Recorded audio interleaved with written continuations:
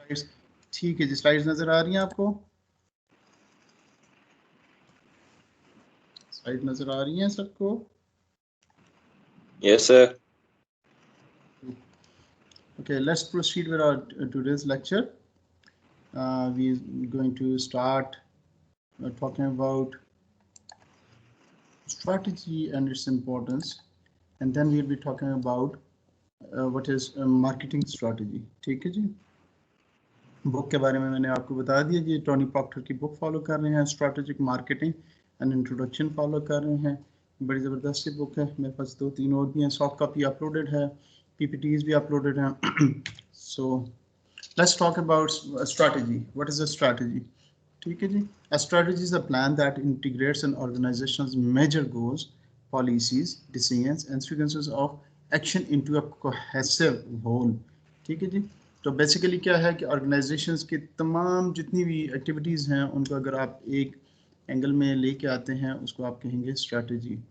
ठीक है, और स्ट्रैटेजी आपने पहले पढ़े भी होंगी, स्ट्रैटेजी जो होती है शॉर्ट टर्म भी होती है, लॉन्ग टर्म भी होती हैं, और स्ट्रैटेजी तकरीबन हर इंसान की भी होनी चाहिए। आप लोगों की पता नहीं स्ट्रैटेजी है कि लाइफ के बारे में, बिकॉज अल्लाह सुब्हानहू व तआला has given you a life and how would you spend this life. ठीक है, तो अगर हम लाइफ के बारे में स्ट्रैटेजी पे डिस्कस करें फिर मैं आगे चला जाऊंगा। तो लाइफ के बारे में क्या स्ट्रैटेजी होनी चाहिए जी, अगर इस्लाम के पर्सपेक्टिव में देखना चाहें कि आपकी इस्लामिक पर्सपेक्टिव में आपकी लाइफ जो है, ये वैसे जो पर्सपेक्टिव है, क्या स्ट्रैटेजी की इम्पोर्टेंस है आपकी ज़िंदगी में? मैं आप में से किसी को यहाँ से पूछूंगा तो तभी आप बोलेंगे, है ना? हमजा खालिद, आपका माइक ऑन है। हमजा, मैं तो क्लास में डिस्कशन करूंगा, आप लोगों के साथ साथ पूछते रहूँगा। Hamza,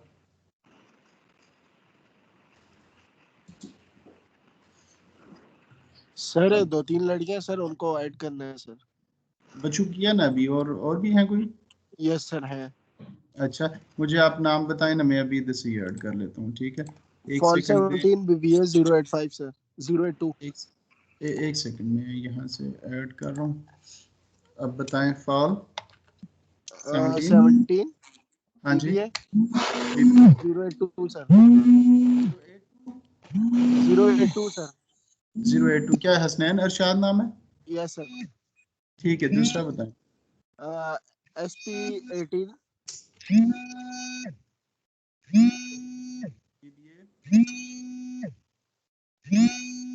SP 18 BBA 003 sir. नाम बताएं इनका क्या है? सर नाम नहीं पता मुझे, फॉरवर्ड किया हुआ है सर इन्होंने। फारस अली कुरैशी तो नहीं है? यस सर यही है। ठीक है, आगे एक और है सर, बताएं। SP 18 SP 18 BBA BBA 033। 033। Yes sir, zero. Askiya. अच्छा, ये अस्फिया होगा, अस्फिया, यस सर। अस्किया, अस्किया जावेद। ठीक है, एक और लड़का भी है सर, फरमाएं। SP 17 BBA 009 Anees Asgar. SP 17 BBA 009। 009। Anees को मैंने मेरा ख्याल ऐड कर नहीं दिया था अभी। हो गया ऐड सर? मैंने पहले किसी ने ठहर में अनीस का किसी ने मैसेज किया था ना, अनीस ने खुद ही। खैर इश्यूज हो रहे हैं। चले 009 में एक और बच्चा भी ऐड कर देता हूँ। ये जी सर। SP 17 BBA 009। ठीक है, ठीक है सर। ठीक है जी। सर एक दो और भी है, आप जल्दी बताएं। 049 sir, FS 17 BBA 049। 17 Shoaib BBA Akhtar 049। 9। ठीक है, डन हो शोएब गया। अख्तर और और 73 सर, कादर वो खान क्या? 73 FS 17 BBA 073।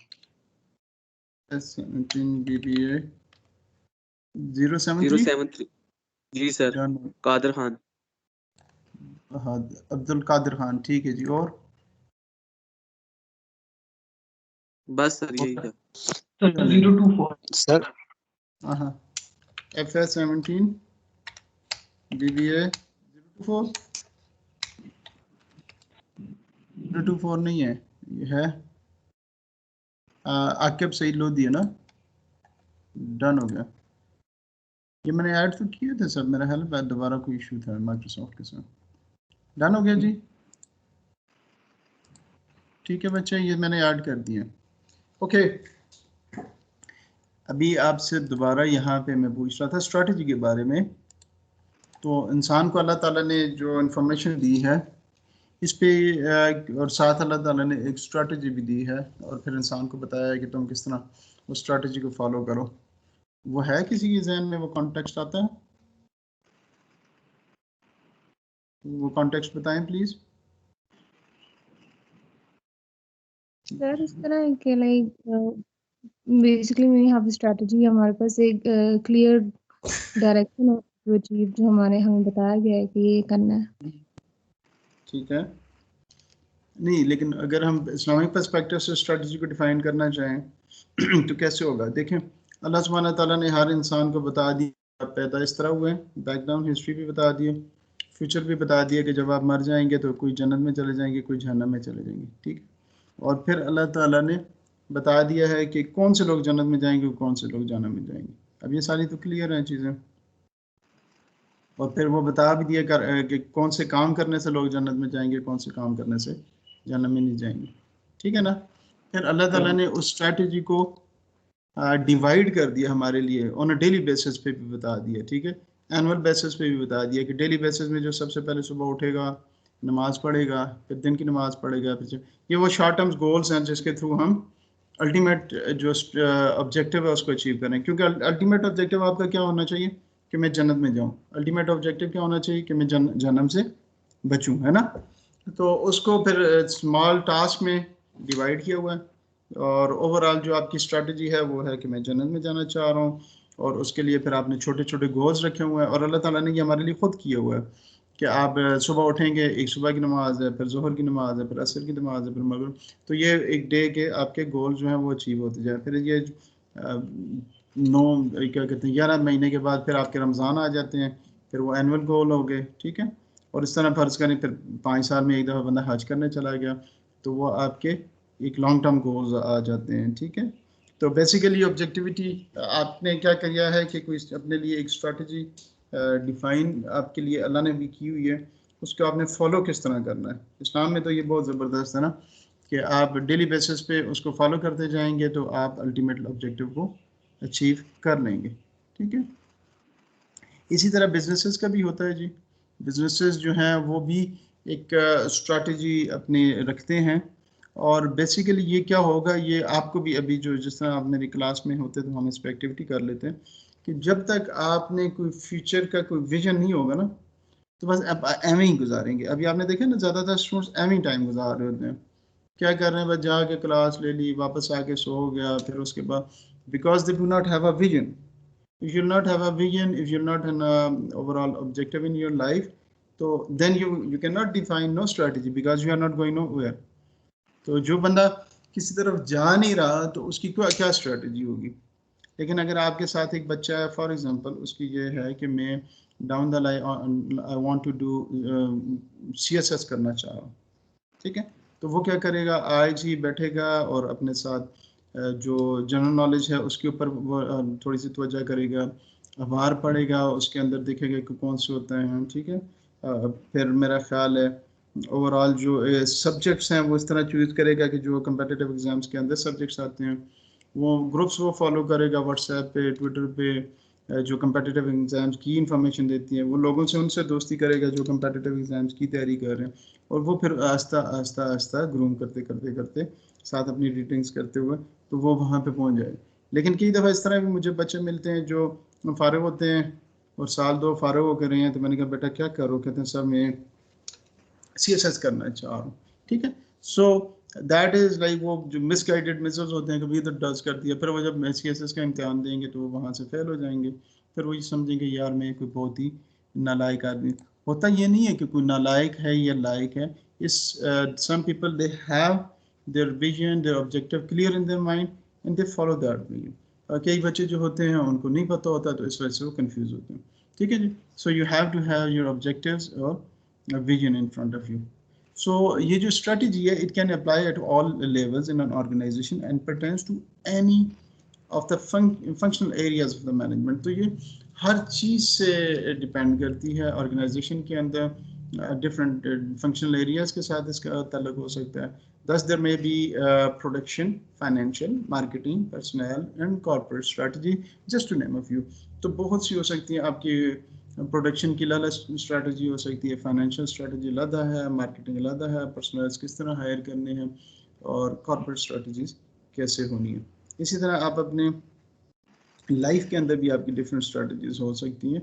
फॉर एग्जांपल आप कहेंगे यार मैं गेम्स के पॉइंट ऑफ व्यू से मैं यहाँ पे डिस्ट्रिक्ट चैंपियन होना चाह रहा हूँ या नेशनल लेवल पे जाना चाह रहा हूँ.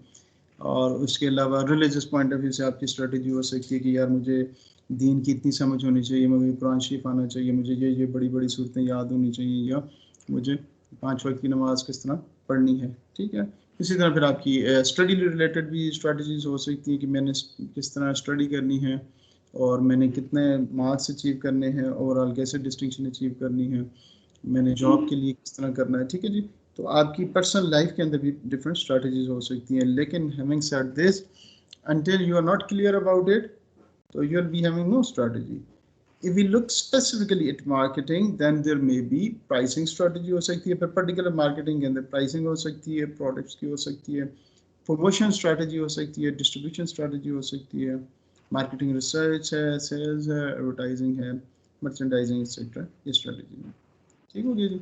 Strategy is concerned with effectiveness rather than efficiency and is the process of analyzing the environment and designing the fit between the organization, its resources and objectives and the environment. तो ये efficiency से ज़्यादा effectiveness के बारे में strategy सोचती है. strategy short term नहीं होती, long term होती है.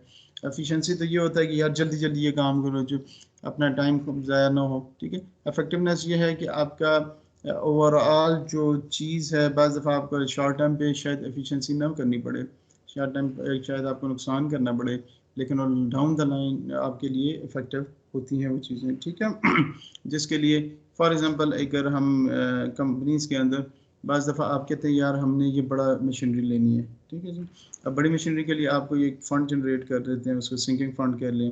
फर्ज करें आप कहें जी हर महीने, या जिस तरह घरों के अंदर आप उसके एग्जांपल ले लें कि घरों के अंदर वो छोटी सी कमेटी डालते हैं, कहते हैं जी हमने अभी फ्रिज लेना तो उसके लिए 2000 रुपये की कमेटी डाल. अब वो 2000 रुपये से तो घर में अगर वो करें तो यशी कर सकते हैं, खाना वाना खा सकते हैं अच्छा सा. लेकिन वो 2000 या 5000 पर मंथ डाल के साल 2 साल के बाद वो क्या कर रहे होते हैं, फ्रिज या लेके आ जाते हैं. तो वो भी एक उनकी स्ट्रेटजी थी कि हम साल के बाद 2 साल के अंदर ये कर रहे हैं. या फिर बाज़ लोग किराए के घरों में होते हैं तो उनकी स्ट्रेटजी होती है कि कब हमने किराए के घरों से अपने घर में शिफ्ट होना है. तो उसके लिए फिर उन्होंने कोई स्ट्रेटजी रखनी पड़ेगी ना. तो पैसे साइड में संभाल के रखेंगे, उसको जोड़ेंगे, कमेटियाँ डालेंगे, कुछ इस तरह करेंगे. सो आपने ये देखोगे कि बाज़ लोग जो है ना, वो जो मैंने देखे हैं वो 25 साल से किराए के घरों पे ही रह रहे हैं.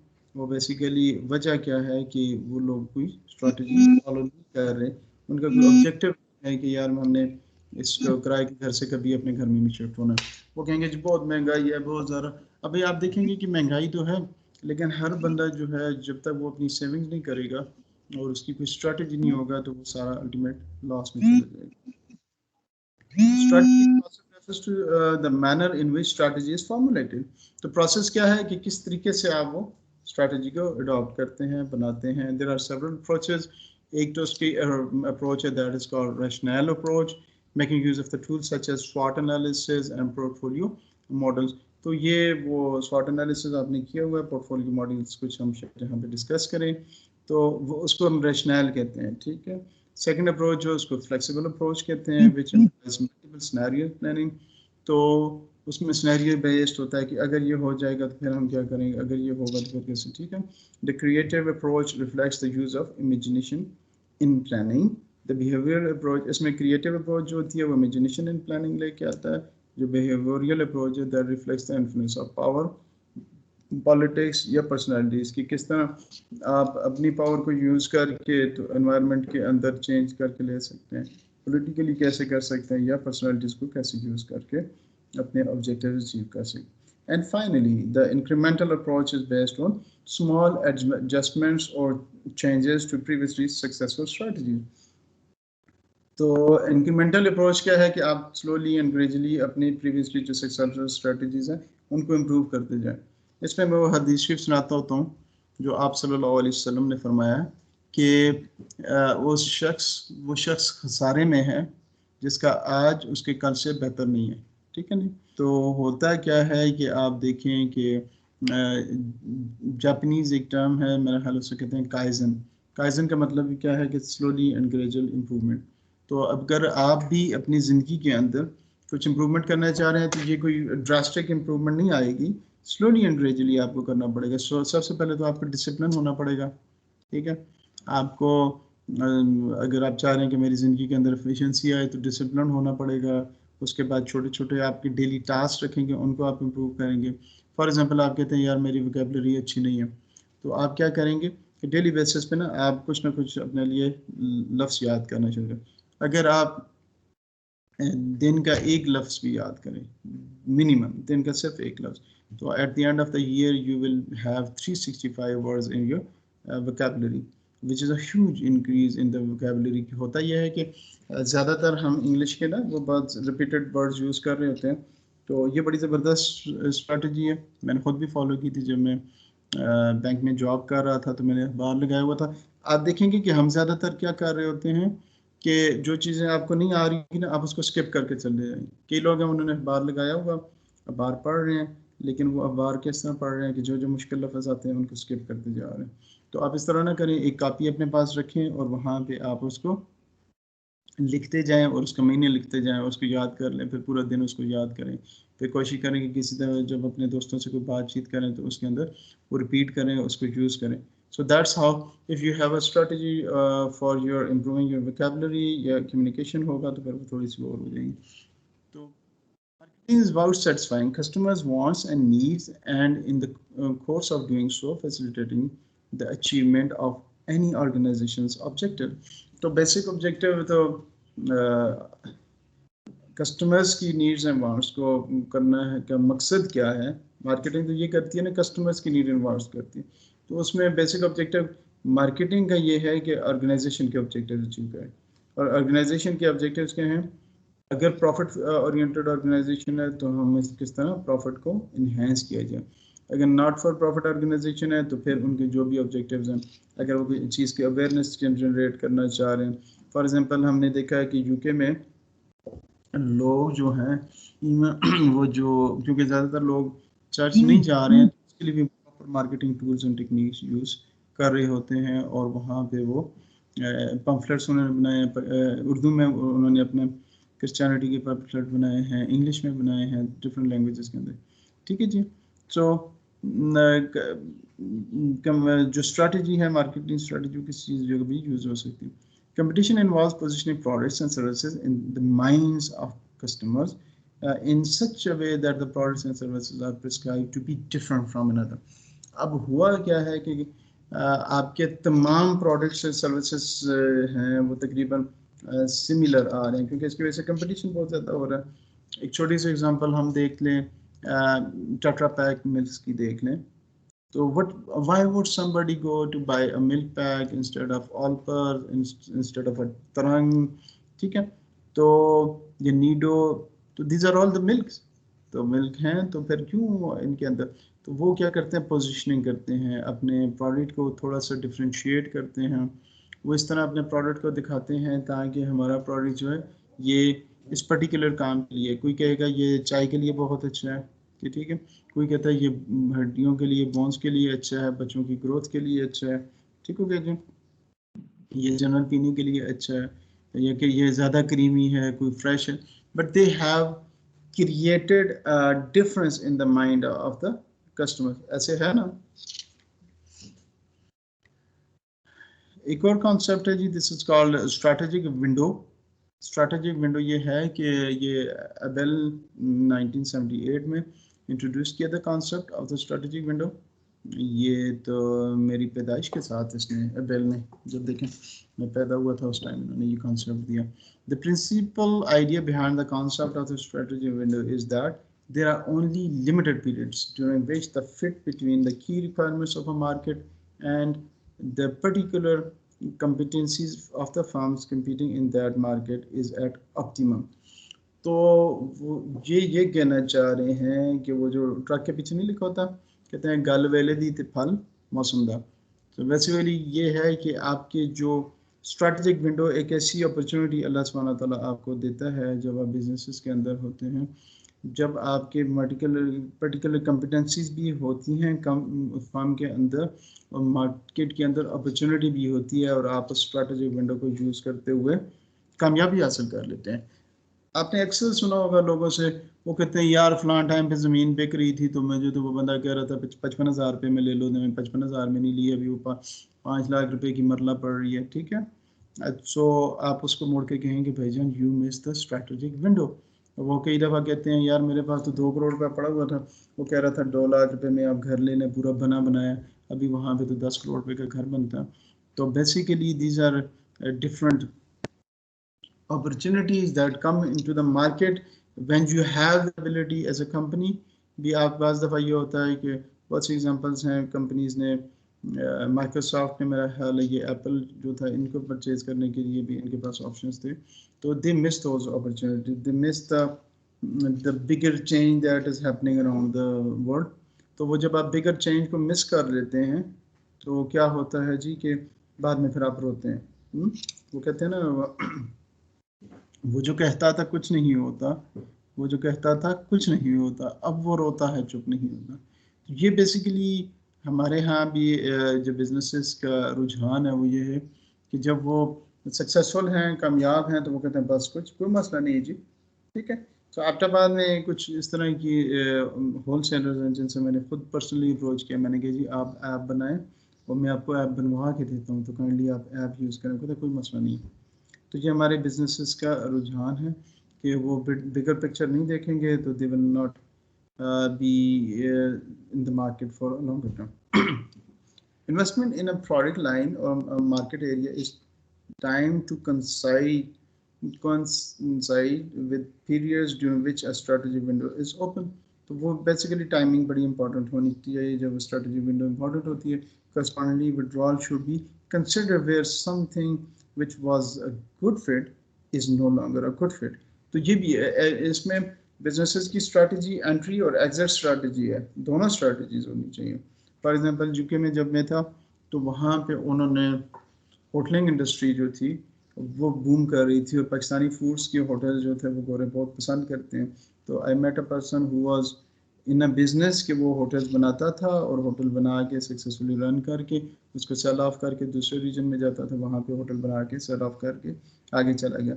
सो sometime you don't need to stick to this thing कि नहीं ये मेरा बिजनेस है, मैंने इसको पकड़ के रखना है। आपने you should be adaptable to the external change, और जब आप देखेंगे यार ये चीज़ तो मार्केट में नहीं है तो you just give away that thing, और उसको बाद दफ़ा आप वो स्कीमिंग द मिल भी कर सकते हैं। जो बीसीजी मैट्रिक्स के अंदर आपने देखा होगा कि आप उसके अच्छे दामों पे वो उसको सेल ऑफ कर सकते हैं सब्सिडी को, और उससे ज़्यादा प्रॉफिट्स ले सकते हैं। ठीक है जी, in other words firms can successfully adapt themselves to the new situations by modifying current marketing and other functional program. तो ये बहुत इंपॉर्टेंट है कि बाहर के जो एक्सटर्नल चेंज आ रहा होता है उसके साथ किस तरह आप अडैप्ट करते हैं और अपने प्रोडक्ट्स को किस तरह इन्हांस करते हैं। अगर मैं छोटी सी एग्जांपल दे दूं पॉलिटिकल पार्टीज़ के अंदर, तो आप देखें कि पॉलिटिकल पार्टीज़ के अंदर जो हमारा आज से लाइक अ डिकेड अगो जो रुझान था, तो बड़े बड़े बाबे वो 80-80 90-90 साल के बंदे पार्टीज़ को लीड कर रहे होते थे और उनको फॉलोज होती थी। अब जब से एक यूथ का रुझान लाया गया है पॉलिटिक्स के अंदर, तो आप देखिए तकरीबन तमाम पार्टीज़ जो थी, मैं समझ रहा था कि ये जिनके पास बाबे हैं, ये पुरानी पार्टीज़ हैं, दे विल नॉट सस्टेन, क्योंकि अभी जो मंत्रा है नाउ डेज वो यूथ का है और यूथ को प्रमोट किया जाता है और कहते हैं ये यूथ है, इस पार्टी में ज़्यादा यूथ है। दूसरी पार्टीज़ ने भी इससे बड़ा ज़बरदस्त, यानी मैं समझता हूँ बाज़ दफ़ा आपको हमें मार्केटिंग जितनी सीखनी चाहिए ना पॉलिटिकल पार्टी से सीखनी चाहिए, जिस लेवल पे वो जिस तरह मार्केटिंग कर रहे थे। तो दे वर वेरी क्लेवर, उन्होंने भी अपने यंग वंस को लॉन्च कर दिया और अभी तकरीबन जितनी तमाम पार्टीज़ हैं उसको उन्होंने यूथ की लीडरशिप को आगे लेके आ गए हैं. So this is what I will call itself to be adapting to the environment. Otherwise अगर वो यूथ को ना लेके आते तो शायद उनको इतनी मार्केट में रहना बहुत मुश्किल हो जाता down the line. Strategic window का ये भी है जी, if the cumulative change in the economic या टेक्नोलॉजिकल, सोशल या पॉलिटिकल और cultural environment remains unnoticed by the companies managers until it is too late to respond, the problem which they create for the firm may be overwhelmingly difficult to overcome. है ना? तो आपने बाहर नहीं देखी opportunities, आपने वहाँ पे थ्रेट नहीं देखे, आप अपनी कंपनी के प्रोडक्ट्स के साथ जुड़े रहे, और आप इसी वजह से इम्पोर्टेंस जो है वो मार्केटिंग की बहुत इंपॉर्टेंस है कि मार्केटिंग जो है ना उसमें आप बाहर इन्वायरमेंट से बहुत ज़्यादा लिंक्ड होते हैं, लोगों की नीड्स और वांट्स के साथ लिंक्ड होते हैं. अगर एक कंपनी है, they are making the best products in the market, और वो से प्रोडक्ट्स की तरफ तवज्जो कर रही है और मार्केट को नहीं देख रही और उनकी नीड्स को नहीं देख रही, तो that will not stay in the market.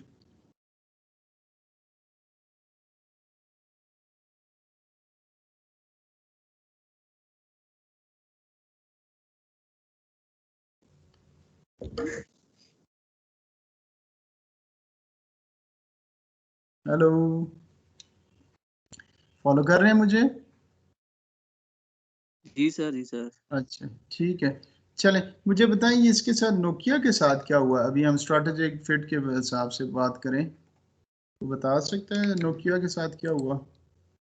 ये हमारे पास आ गई जी, factors impacting on marketing strategies. इसमें देख लें, फिर मैं आपसे नोकिया के साथ पूछते हैं, क्योंकि नोकिया का जो सीईओ थे जब उन्होंने कंपनी को बेचा तो वो रो रहा था बेचारा, और उसने कहा था कि we did not do anything wrong but still we have to like sell the business and we are out of the business. ठीक है, हुआ क्या था उस बेचारे के साथ, ये देखें, ये मार्केटिंग सर स्ट्रैटेजी. नोकिया वाले जी जी बच्चे बोलें. सर नोकिया वाले ट्रेंड के साथ अप टू डेट नहीं रहे थे, उन्होंने जो निकाला था बस उसी प्रोडक्ट को सेल कर रहे थे. हाँ लेकिन क्यों, like what was the strategic mistake they did. अच्छा बता रही हैं. सर उन्हें लगा था कि उनका ये प्रोडक्ट जो है like people are still gonna buy it, but obviously with passage of time and changes in trend they didn't buy their product. नहीं आपका क्या नाम है, मुझे नाम बता दें प्लीज. हुदा. हुदा. हुदा, अच्छा हुदा, क्या हुआ था, कोई और बंदा मुझे बता दे थोड़ा सा कि लाइक देखें, कई दफ़ा बच्चे हमें कहते हैं सर वो R&D नहीं कर रहे थे, ये वो, यार they were doing one of the best R&Ds in the world, लेकिन समथिंग वेंट रॉन्ग. कौन बताएगा. हमजा खालिद, आपका माइक कौन है, आप बताते हो. हमजा, बिस्मिल्लाह, बिस्मिल्लाह, यस सर. बिस्मिल्लाह, बताएं क्या हो गया था नोकिया के सर साथ. सर जिस टाइम एंड्रॉयड ओएस निकला था तो काफ़ी सारे कंपनीज ने उसको मतलब एज अ पार्टनर अपने साथ ऐड कर दिया, उनका ओएस अडॉप्ट कर दिया. नोकिया ने कहा कि नहीं, मैं अपना जो ओएस है विंडोज ओएस वो मतलब एज अ कंपेटिटर यूज़ करूँगा. ऑब्वियसली एंड्रॉयड ज़्यादा बेहतर ओएस था और वो कामयाब हो गया, और जो इनका जो ओएस था वो इतना नहीं चला, उसमें फॉल्ट्स बहुत ज़्यादा थे, तो इस वजह से सर ये पीछे रह गए. हाँ ना, लेकिन अगर आप कंपनी में होते तो आपको भी नहीं पता चलना था, मैं होता मुझे भी नहीं पता चलना था. ठीक है, ये लेकिन एक बहुत बड़ी मिस्टेक भी थी ना, वो क्या हो सकती है, कौन बता सकता है. मेहर अली. सर मैं उस दिन एक आर्टिकल पढ़ रहा था, उसमें ये भी था कि उन लोगों ने ये सोचा था कि अगर लोग एंड्रॉइड रखेंगे तो साथ जो हमारा फ़ोन है वो भी लाजमी उसको यूज़ करेंगे. वो स्ट्रेटजी इसके साथ चल रहे हैं. हाँ हाँ, बिल्कुल इस ठीक वजह से सर उन्होंने सोचा नहीं था कि ये मतलब प्रॉपर्ली रिप्लेस हो जाएगा बाद में. हम्म, बिल्कुल ठीक है जी, बिल्कुल, ये भी एक वजह हो सकती है. और कौन बताया, Hammad Afridi. Afridi sir,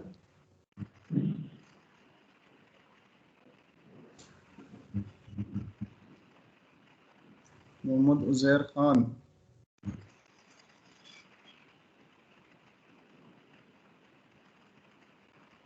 mic on वो करके लॉगिन करके चले तो नहीं जाते हैं आप लोग? मेरा तो सेशन इसी तरह होगा जिसमें मैं इंटरेक्ट करूंगा, आपसे पूछूंगा।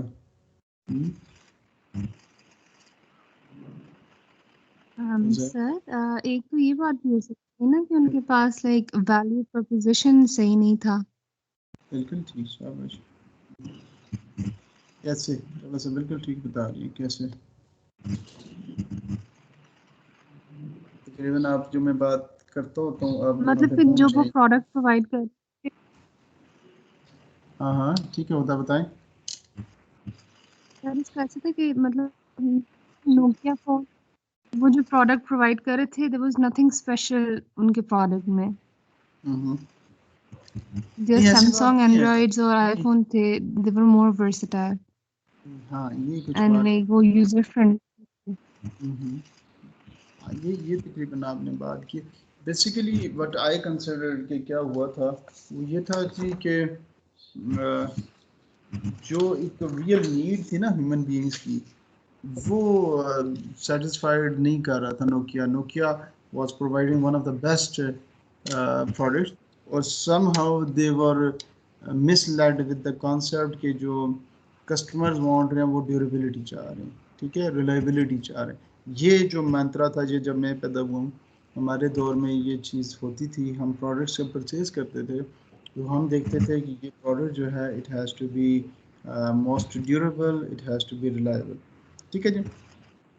अब आगे आप लोग यूथ आ गई, अब यूथ जो कर रही है उसको ड्यूरेबिलिटी से कोई कंसर्न ही नहीं है, रिलायबिलिटी से कोई कंसर्न नहीं है। आप जो हैं वो ट्रेंडी चीज़ें पसंद करते हैं, ठीक है। अभी जो बिजनेसमैन जो ज़्यादा अच्छे हैं वो ट्रेंडी चीज़ें आपको ऑफ़र करते हैं। हमारे दौर में बस एक जूते ले लेते थे, वही जूते पहन के घर चले गए, वो स्कूल चले गए, वो किसी पार्टी में चले गए। नो वॉज बॉदर्ड कि यार ये पार्टी वेयर जूते हैं, ये स्कूल के हैं, ये कॉलेज के हैं, कैसे, ठीक है। अब आपके हर पार्टी के लिए शूज़ अलग हैं, इसीलिए आपके आजकल कपड़े जो हैं वो हर ओकेजन के लिए एक अलग कपड़े हैं। हमारे ज़माने में बस जो भी नॉर्मल से कपड़े बना लिए वो चल जाते थे, लेकिन हम देखते थे कि ड्यूरेबल हों, जैसे हम बनू वूल्स देखती, ठीक है, तो उस टाइम पे वो ज़्यादा ड्यूरेबिलिटी की तरफ था।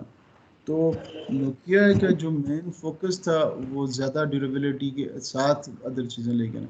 जो उन्होंने अभी बात मेरा हाल में की थी, ठीक है, ओएस वाली भी उनकी गलती हुई थी, और वो ये समझ रहे थे कि हम मार्केट लीडर हैं, हम जो भी चीज़ लॉन्च करेंगे वो चल जाएगी। लेकिन मार्केट जो थी वो चेंज हो चुकी थी, लोग डिफरेंट चीज़ें चाह रहे थे, डिफरेंट ऑप्शन चाह रहे थे, और ट्रेंडी चीज़ें चाह रहे थे जो कि इसके अंदर आ रही हैं। So basically it is the customers they define the market. इससे आप ये समझे ना कि कस्टमर्स को जिस तरह ऑप्शन मिला डिफरेंट, तो दे गो वे।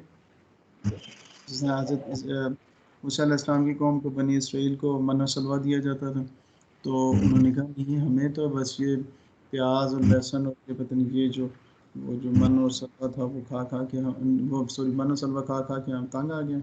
हमें तो प्याज लहसुन कोई दालें कोई ककड़ी और कुछ इस तरह की चीज़ें हम खाना चाह रहे हैं, चटखारा किस्म का। तो ये ह्यूमन के अंदर ये नेचर है कि they want to have a change, they want to. अब जिस बनने के बाद कोई फ़र्ज़ करें आपके पास शर्ट है, जैसे 2 साल की शर्ट है, तो आप उसको शर्ट को पहनना पसंद नहीं करेंगे, अरे यार फजूल सी शर्ट है, इससे मुझे नहीं अच्छी लगती, हालांकि वो नई शर्ट होगी। जिस तरह किसी बंदे के पास 2-3 साल की गाड़ी उसने रखी हुई है, तो उसको अच्छी हर गाड़ी वो बुरी लगनी शुरू हुई, क्योंकि इंसान जो है वो चेंज चाहता है, और एक ही चीज़ के साथ आ जाता है। तो ये जो एबिलिटी है ये मार्केटिंग के अंदर बिजनेसेस जो हैं दे कैपिटलाइज ऑन दिस थिंग, और वो अपनी जो जितनी प्रोडक्ट सर्विसेज बनाते हैं उसके अराउंड करते रहते हैं, ठीक है जी। अगर उसके अंदर for instance how do you know कि जो सन सेल के डिफरेंट क्वालिटीज़ हैं, कभी वो कहता है ये डैंड्रफ के लिए अच्छा है, दूसरा वाला उसने बना दिया है ये आपके हेयर लॉन्ग करेगा, तीसरा जो है वो उसके डेड हेयर्स को ख़त्म करेगा, चौथा जो है वो शाइन लेके आ जाएगा। तो what are the chances that they might be changing just the packaging, ठीक है। और कई दफ़ा ये होता है कि वो सेम प्रोडक्ट्स हैं, उसके साथ थोड़ी थोड़ी कलरिंग चेंज करते रहते हैं, ताकि आपको फील हो कि this is a living thing, that is a living thing. जिस तरह आप जिंदा हैं इस तरह वो जिंदा है, और वो अडेप्ट करता जा रहा है और अपने आप को इम्प्रूव करता जा रहा है। तो वो एक फील देता है अपने ब्रांड्स के कलर्स के साथ कि मैं कितना लाइवली हूँ, और उसके साथ फिर वो एडवर्टाइजमेंट भी उसी तरह बनाते हैं कि हम कितने लाइवली हैं। ठीक है जी। तो this is also one of the aspect. अब ये जो फैक्टर्स हमने यहाँ पे देखे हैं जो अफेक्ट कर रहे हैं, impact of the market drivers.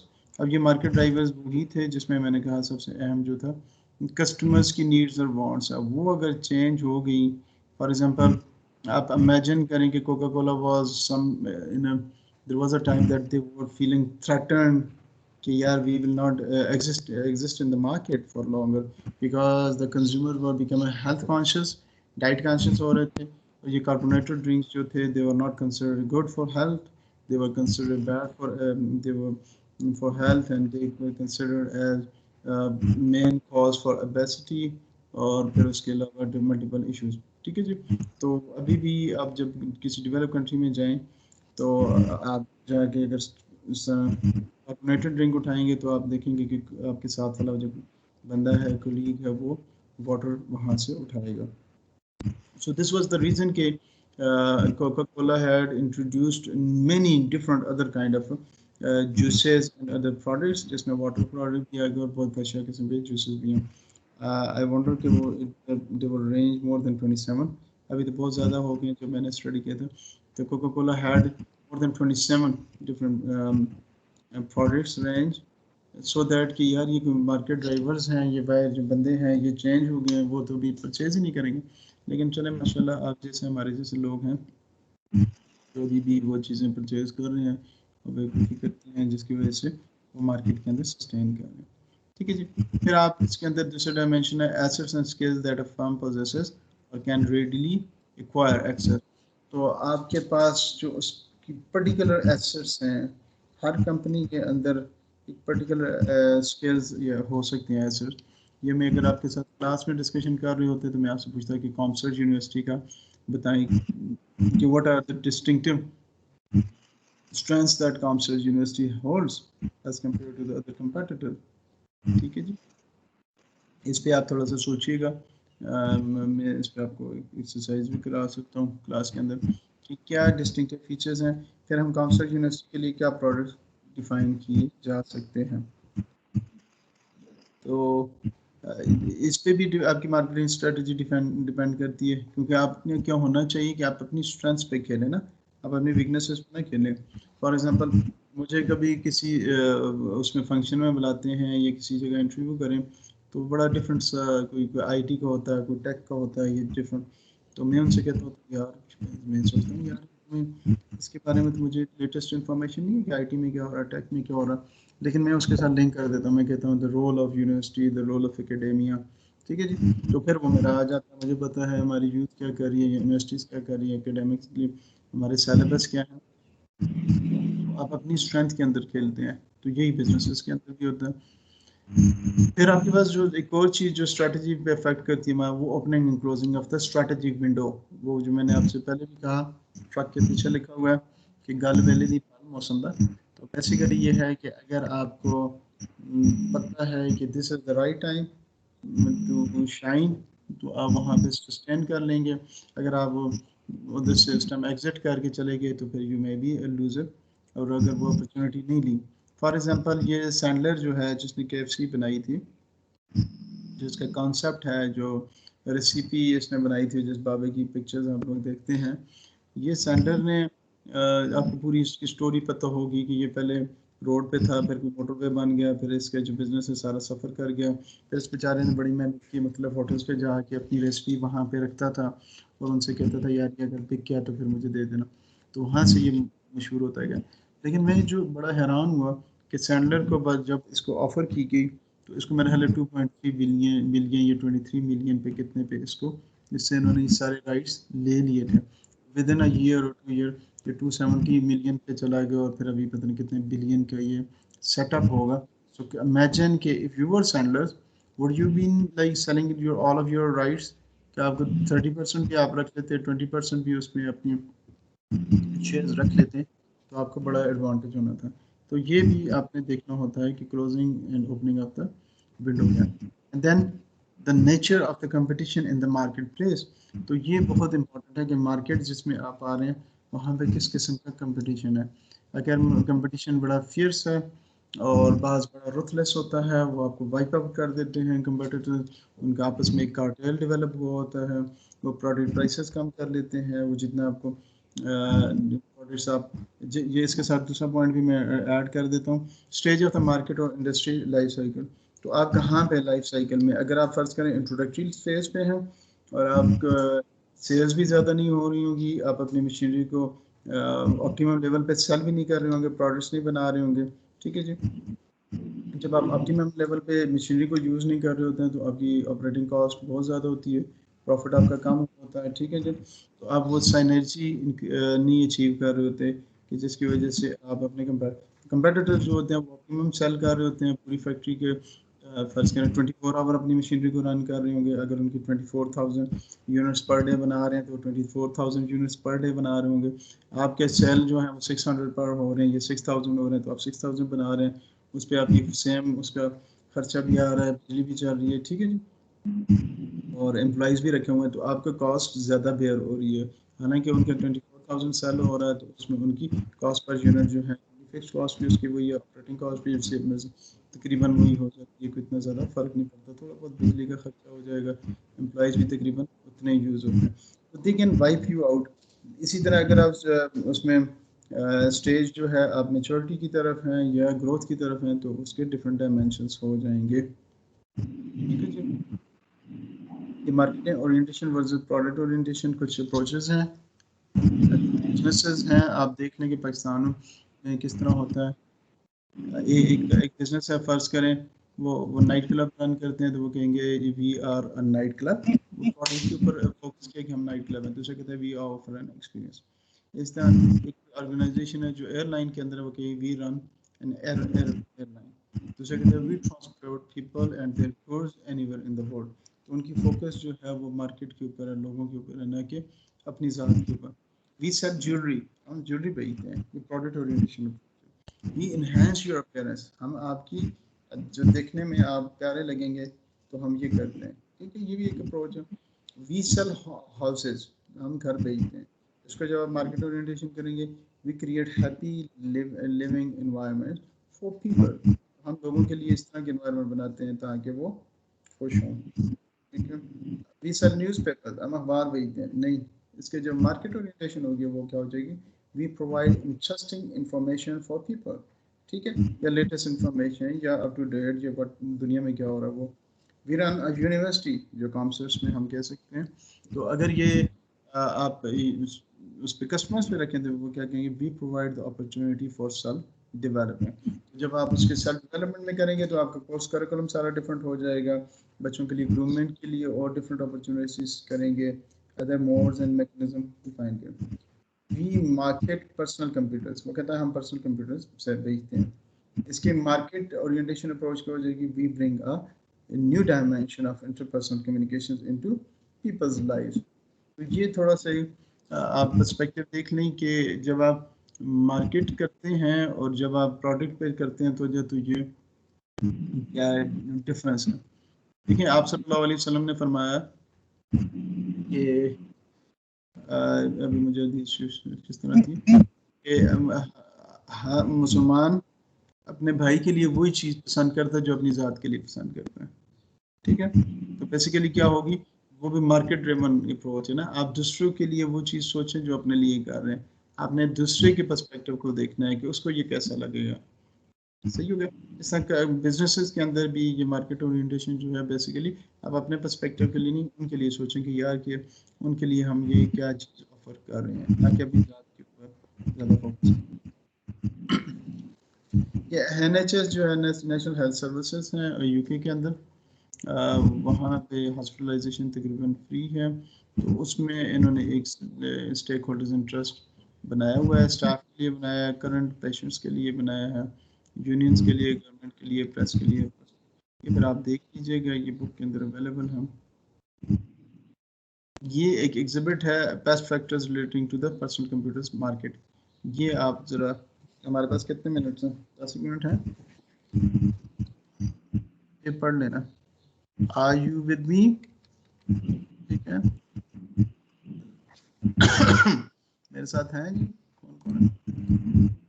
Yes Hamza आपकी आवाज आ रही है सब? ये यस सर। खुदा ठीक है, चलिए ये वाला पढ़ लेना, ये क्या यस कहते हैं। सर। ठीक है पढ़े बच्चे। क्या कह रहा है? Pest factors relating to the personal computer market.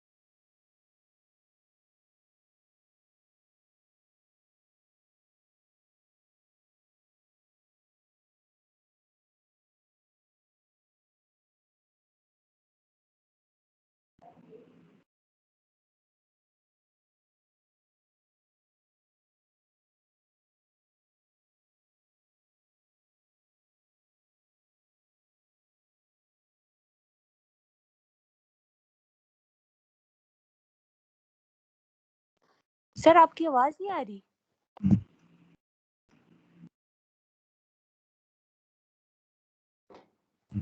जी मैंने आवाज होल्ड भी बंद नहीं है। की है, आप पढ़ने के लिए ये दिया है, पढ़ा नहीं पढ़ा? यस सर अब ठीक है। हाँ, ठीक है, मैं वो खामोश था, मैंने कहा आप लोग पढ़ लें इसको ना, किसी में नॉइस क्रिएट करता रहूँगा तो अच्छा नहीं लगेगा।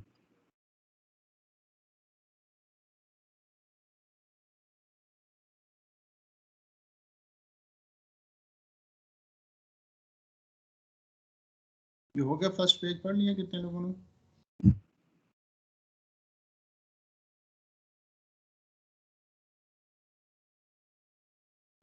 Yes sir. No sir. नहीं पढ़ा? पढ़ लें।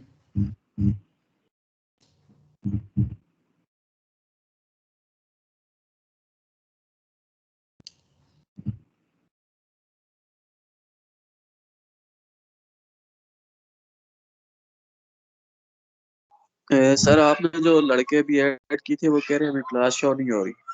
क्लास शो नहीं हो रही? चलिए क्या पता वो सेशन क्लोज हो तो फिर नहीं तो मुझे तमाम बच्चों का नाम मुझे मैसेज कर दीजिएगा ना। आपका सीआर कौन है क्लास में? हमजा सर, हमजा साजिद। हमजा साजिद है, ठीक है। हमजा से कहना ये सारे बच्चों के नाम मुझे मैसेज कर दें, जो फिर हम वर्कआउट कर लेते हैं कैसे इसको। ठीक है सर। ठीक है जी, मेरा नंबर वो रख लें आपके पास, मेरा मेरे पास भी होगा, इस बात के पास भी।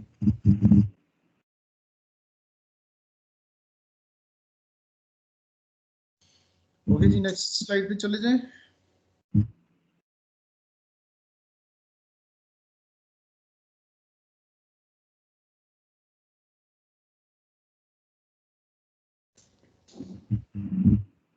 नहीं, स्लाइड पे जाए नहीं जाए।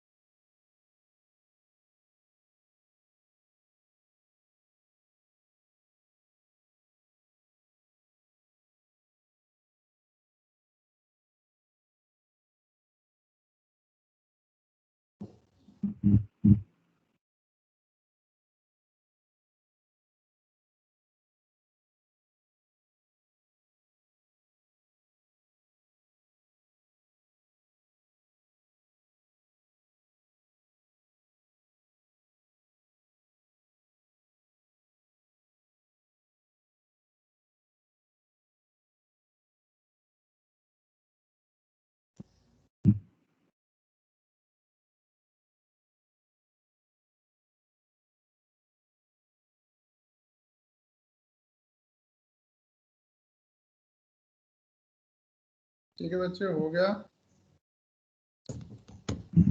पढ़ लिया नहीं पढ़ा? चल नेक्स्ट स्लाइड पे जाते हैं। Yes, sir. कंप्यूटर, हाँ चलें, आपने पढ़ा है, मैं पढ़ लेता हूँ थोड़ा सा आपके लिए ताकि computers are relatively expensive items to purchase. Over the past 25 years, there has been a concerted effort in the industry to bring out more and more sophisticated and high-powered machines to provide the benefits required by consumers. Of course, in order to do this, there have been economic considerations. In the first place, prices have had to be kept down in order to encourage consumers to purchase. From the producer's standpoint, this has been achieved by shifting the locus of manufacture to those parts of the world, notably in the Far East, where economies of the scale in production can be best obtained. ठीक है जी? तो उन्होंने क्या कह दिया था? Basic objective था कि कंप्यूटर्स को इतना सस्ता किया जाए ताकि कंज्यूमर्स को बाहर बाय कर सकें। फार ईस्ट की तरफ उनका रुझान था, वहाँ से उसकी प्रोडक्शन करवाई जाए, फिर economies of the scale in production सस्ती थी। ठीक है जी? अभी आपको पता होगा कि लेटेस्ट जो स्ट्रेटजी फॉलो कर रहे हैं कंप्यूटर्स के अंदर, वो इट्स नॉट, पहले एक कॉन्सेप्ट उसको हम कहते हैं COO कॉन्सेप्ट, पता है किसी को?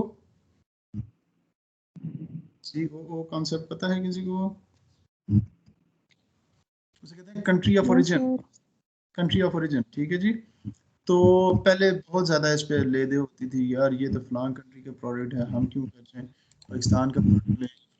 अब ये जिस तरह स्पेशली कंप्यूटर इंडस्ट्री है, इसमें इनके मुख्तलिफ चीज़ें मुख्तलिफ जगह से आ रही हैं। कीबोर्ड कहीं से आ रहा है, रैम कहीं से आ रही है, और डिफरेंट कंट्रीज से वो असेंबल करवा के असेंबल किसी थर्ड कंट्री से बनाते हैं, तो उसकी वजह से वो एक यूनिवर्सल काइंड ऑफ प्रोडक्ट लेके आते हैं। कंट्री ऑफ ओरिजिन से पहले ये फ़ायदा भी होता था, हम कहते थे ये बाय पाकिस्तानी, या अमेरिकन कहते थे कि आप अमेरिकन प्रोडक्ट्स परचेज करें। उसकी वजह से जब बैकलैश आता था तो उस कंट्री के ऊपर जब आपको खफा होते थे तो आप उसके प्रोडक्ट्स भी छोड़ देते थे।